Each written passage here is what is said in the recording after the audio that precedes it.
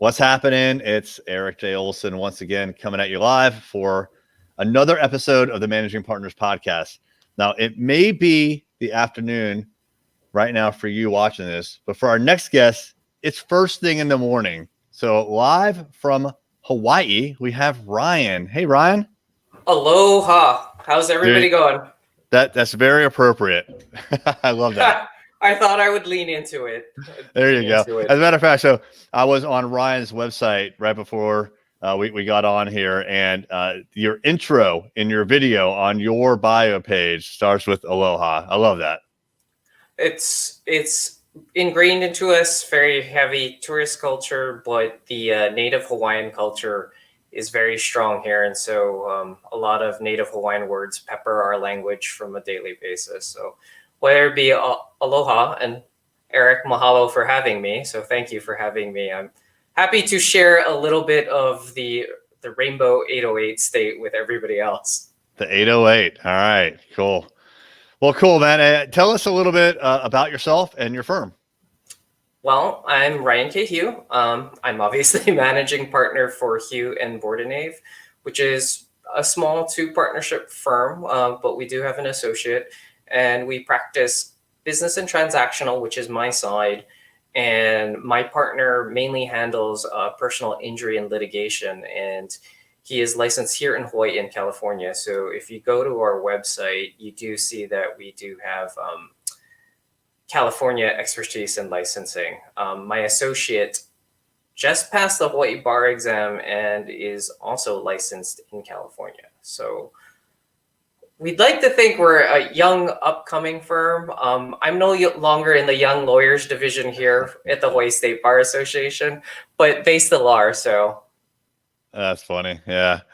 So Hawaii and California, two pretty significantly separated geographically markets, and two large, big differences in the size of the markets, what I'm trying to say, right? So one's a whole state, but relatively small, I imagine. And then the other is very large. Well, yet another state, but a very, very large market. Right. So in terms of whenever I talk to my business partner about marketing and whatnot, you have so many disparate markets, mediums, and platforms in California. They might as well all be kind of mini communities. Whereas here in Hawaii, everything is mostly, in terms of what we do, is mainly centered on the main island, Oahu, where Honolulu is located. Now, he and I both have a number of neighbor island clients, and this is great, whether it be Zoom or another platform or email, which mostly nowadays you can use for everything. Most of the vast majority of our Hawaii clients are going to be here on Oahu. And the thing is media market and whatnot, all kind of Oahu based and centralized. So yeah, it could not be any more different of small legal community, small island community. Yes, the neighbor islands are very important, but they're largely agrarian, more focused on tourism, whereas Oahu is going to be more commercial. Then you have California, right? You have the Bay Area, you have LA, you have San Diego, you have further up NorCal above San Francisco, and then there's Silicon Valley in its own kind of bubble. Pun not intended, but anyway, yeah. So the thing is it's been very interesting and kind of very dynamic journey of kind of being kind of small, kind of isolated, and kind of self-contained, which Hawaii is, I'd say, obviously geographically, but in business legal, unless somebody comes in, like Mark Zuckerberg buying up more of Kauai. I want to say he has now like 2,000 acres. It was just announced that he picked up another like 1,000 in a transaction. Things are going to be relatively small for a small law firm like mine. Gotcha. I would imagine before the pandemic, before the world kind of, got on Zoom and virtual meetings, Was there a lot of need for you to travel to, say, the other islands, or even to California? No, because I do transactional work primarily. I don't even go to court. In fact, I always tell people, I was like, if I have to go to court, something's wrong, or my business partner's on vacation. But the thing is for most clients that I've interacted with, it has either been primarily through email, and even before the pandemic, through Zoom. We would use, well, back in the day, I would use Skype and FaceTime when I was first starting out on my MacBook Pro. So, Hey, it worked, right? all right, now I've gone like full ring light, HD cam, and these are actually my gamer headsets. So I'm a huge video gamer, love Twitch. When I can't play out, I'm watching Twitch in the background. That's my ambient noise or radio. Now you don't have the gaming chair though. No, I have the older gentleman's kind of work chair of like, I'm gonna be sitting at this and like typing till the cows come home. Yeah, I hear you. Yeah, that's funny. So all right, so trends. What are there any kind of trends that you're seeing, and maybe it's different where you're at versus, like, say, the East Coast United States. I don't know, but and any kind of like big macro trends, either financial or legal, or maybe even like with your clients that you're seeing that are kind of affecting you, or think will be affecting you in the next couple of years. So just so you know, we use Clio, not a plug or anything, but I review their trends report, and I definitely think that, especially if you're on the business side like me and you're working with small or medium-sized business owners, a lot more people will ask about flat fee subscriptions or a way to kind of control their legal costs. So that's definitely a trend in terms of the way some of the larger firms or the marketplace is just kind of moving. There is now much more of an ease to, even with older clients, of doing things like this in terms of a Zoom. They want to still have that facial kind of, this is my attorney that I can see on screen. Yeah. But they're okay because, at least from my base of consultant types or people who have a home office anyway, they're much more comfortable of, I don't need to leave home, so I can interact with you that way. So I was just having lunch with my financial advisor yesterday, and she also notices is that instead of coming down to her office, her client base would rather her come. They'd rather her go to them, or at least do something like this when they can. So I think this is here to stay, for at least for these smaller kind of one-off situations. Terms of other kind of fun things, I noticed that here in Hawaii, we actually have a very small but very vibrant, kind of well knitted kind of tech, and kind of that, I'd say, that entrepreneur kind of tech kind of community that a lot of other metropolitan areas try and recreate. I noticed that the attorneys and marketers and that like to hang out in those groups. That's how I kind of got my start with social media way back when. But I noticed a lot of them hopped on Clubhouse. I'm also on Clubhouse. So I don't know if that's another sign of the times of definitely another platform attorneys are going to have to at least understand, or right, what is this Facebook thing? Why do I have to have a Twitter account? Now, why do I have to have an Instagram account? Yeah. It's very funny because I was watching some TikTok videos. Yes, I have all the socials. Whether or not I have content is a different situation, but I was just trying to see how other attorneys were trying to get the use of platforms, and some of them definitely, I definitely think personal injury and family law and criminal law definitely have an easier time in developing content, whereas my law is like, nobody wants to talk about redlining. I do. I was like, should I make graphical effects? But anyway, yeah, I think understanding these new platforms and apps is something critical for not even just a lawyer, any small business owner trying to navigate the waters, because as soon as the large players kind of enter and kind of I was reading, I think it was Charmin that has NFTs. I didn't know they did, but yeah, it seems like they're everywhere now. Yeah, not that we're gonna do, but understanding what an NFT is, those are things that it's always been the same name of the game as being current on information news, Yeah. but now you have to learn an app with that. Yeah, you're absolutely right, and so clearly you're pretty well versed, I would say, when it comes to these different social kinds of platforms, right? You mentioned Twitch, you mentioned TikTok, you mentioned Clubhouse. So yeah, you're doing a lot of things to get your name out there, which I think is great. I'm curious, what do you think about Clubhouse? I think, uh, well, if you would like to have me back, or at least send me an email after the summer, after Facebook launches its own, um, then I'll let you know. Every time Facebook cannot buy, just like right, the typical Google or Micro, every time they can't buy something, we're gonna develop it in house, and it doesn't need to be great, but we have a built-in user base already, so we'll see how it does. I I like the ease of Clubhouse. I just wonder the long-term viability once the pandemic has ended and we do have in-person conventions. Webinars are a little bit less so. Seminars. As I said, I think it's a great kind of proxy, but there are sometimes having an in-person meeting or in-person live event can't be replaced. And so I think for Clubhouse, it'd be very interesting and always well, it's no longer $1 million question, $1 billion, right?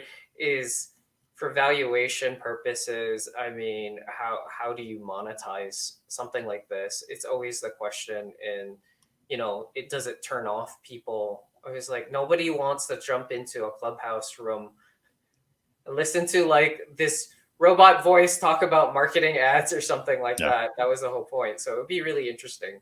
Yeah, that's a good point. Monetization. I know we're going like off on a tangent here, but I think Clubhouse, I think they're going to have a challenge because you can't passively participate in Clubhouse. It's very active. Even if you're just listening, unless you're just ignoring it, you have to like take it in, you know?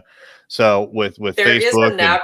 Just letting you know, there is a nap room though. I discovered it. This is like, I want to say it's a DJ, or maybe it's Snoop Dogg, or somebody has a room where they just play music and it's literally like nap room. And I'm like, does everybody just come on here I was like, don't you have Spotify for that? yeah, that's what it sounds like exactly. Yeah. So well, I guess very similar to like, radio, right? Right, And right. different radio stations have different purposes, but I know I play with it one Friday night and I listened for a couple of hours and then I never did it again because it takes like hours of time, I think, but to wrangle back where we're going with this and how we started before I went on this huge, I love talking about tech, money matters, right? Business attorney, but um, I think for any attorney trying to now navigate their way, if they hang out their digital shingle, so to Yeah. speak, they need to choose a platform that they think they'll be good at, understand some basics of content, and then outreach and delivering. Especially, when Google changes its algorithm or Facebook changes how ads work, you kind of have to stay current to kind of get your message out to your targeted kind of potential client base. Because if they're not hearing or seeing you, it is so true in terms of Google. Nobody goes past the first page. And then on top of that, yeah, some outreaches do happen via these social media platforms. So we were talking a little bit before the show started, but I appreciate the reach out for collaborations like this and stuff like that via my socials. But for referrals, I always traffic people. Can you email me, because it's easier for my staff and things to track in terms of referrals or setting up them for an initial consultation.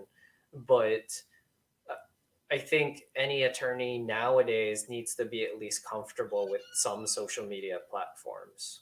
Yeah. Is that one of your marketing strategies to create content to get out on the social media platforms? Is that how you're getting new clients in addition to, kind of traditional ways, referral based and whatnot? I would say there is a strategy, quote unquote, a strategy. I, I have plans and things like that, but clients always come first. And the thing about content creation is you can obviously clearly tell anybody as an expert takes a lot of bandwidth and power and a lot of kind of help, and it takes a lot of energy to do well. A lot of my clients are consultants, social media marketer types, and I was one of those people back in law school many years ago.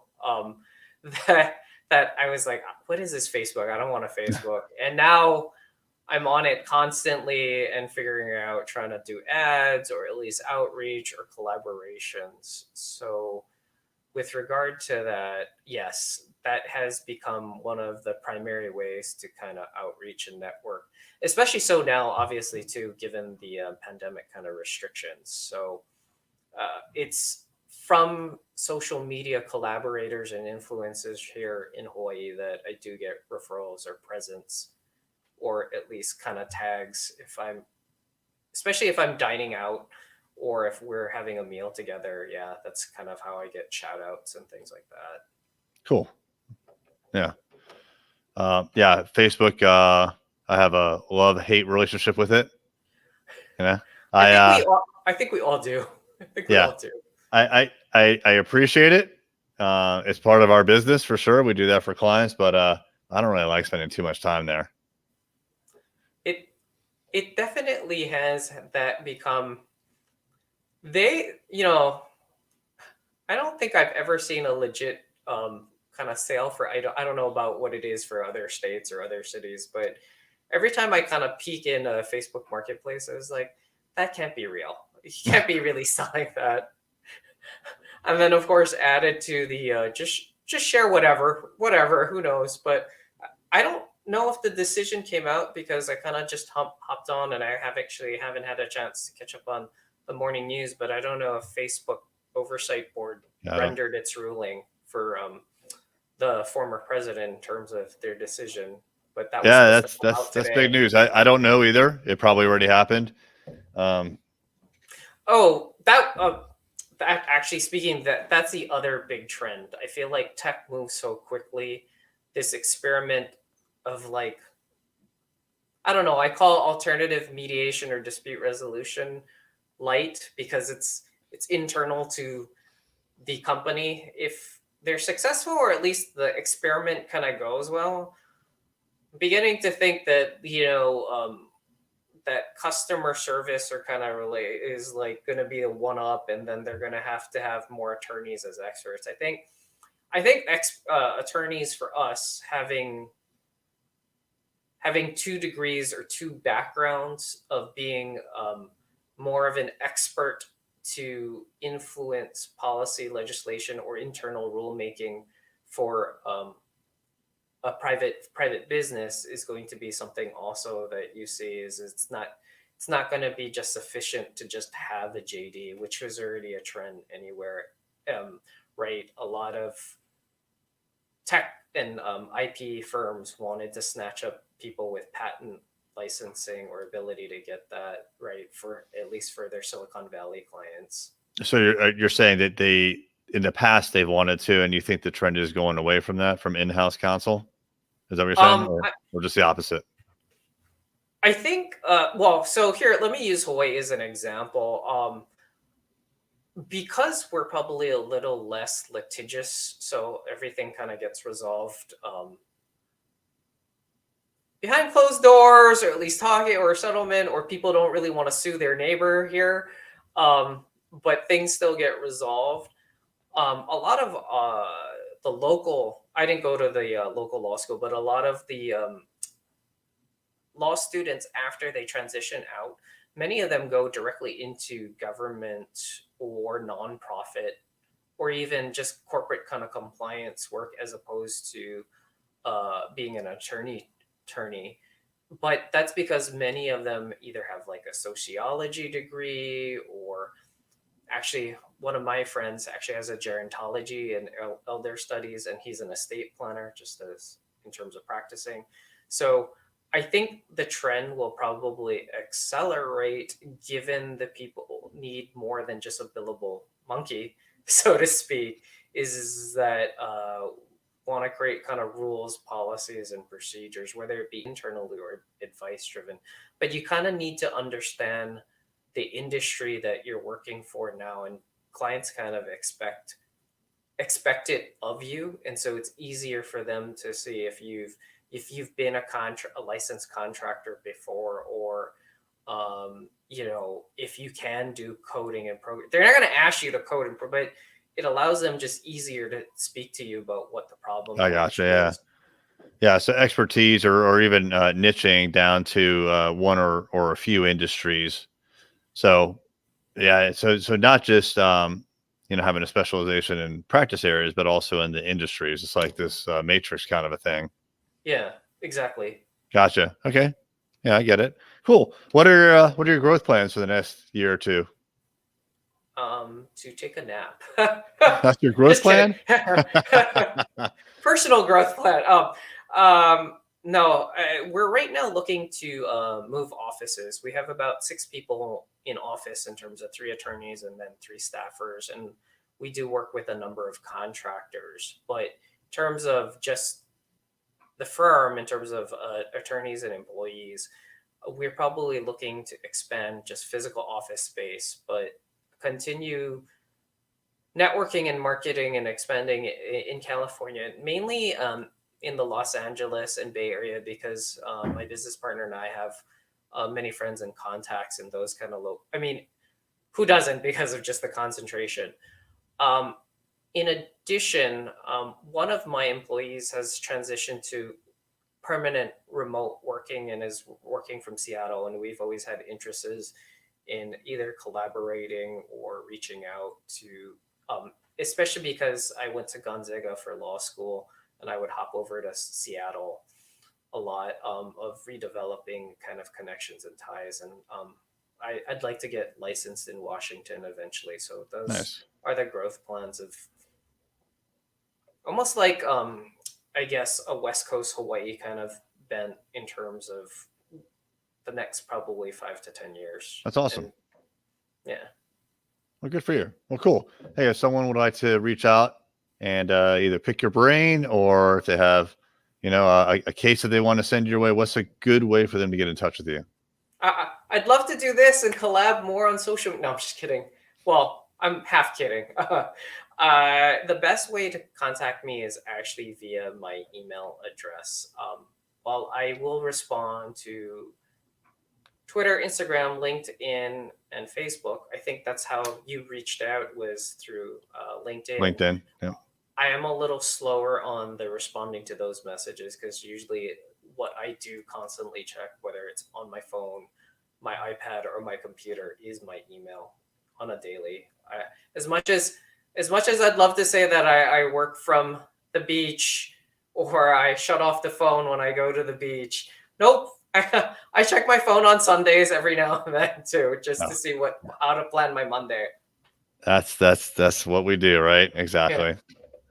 Well, cool, Ryan. All right. I appreciate it. And for anyone who's watching, if you are interested in spicing up your law firm marketing, whether it be websites, SEO, online advertising, or social media, reach out to us at Array Digital. We are at arraylaw.com. All right, Ryan. Appreciate it. Mahalo for having me, and everybody stay safe and healthy. Thanks.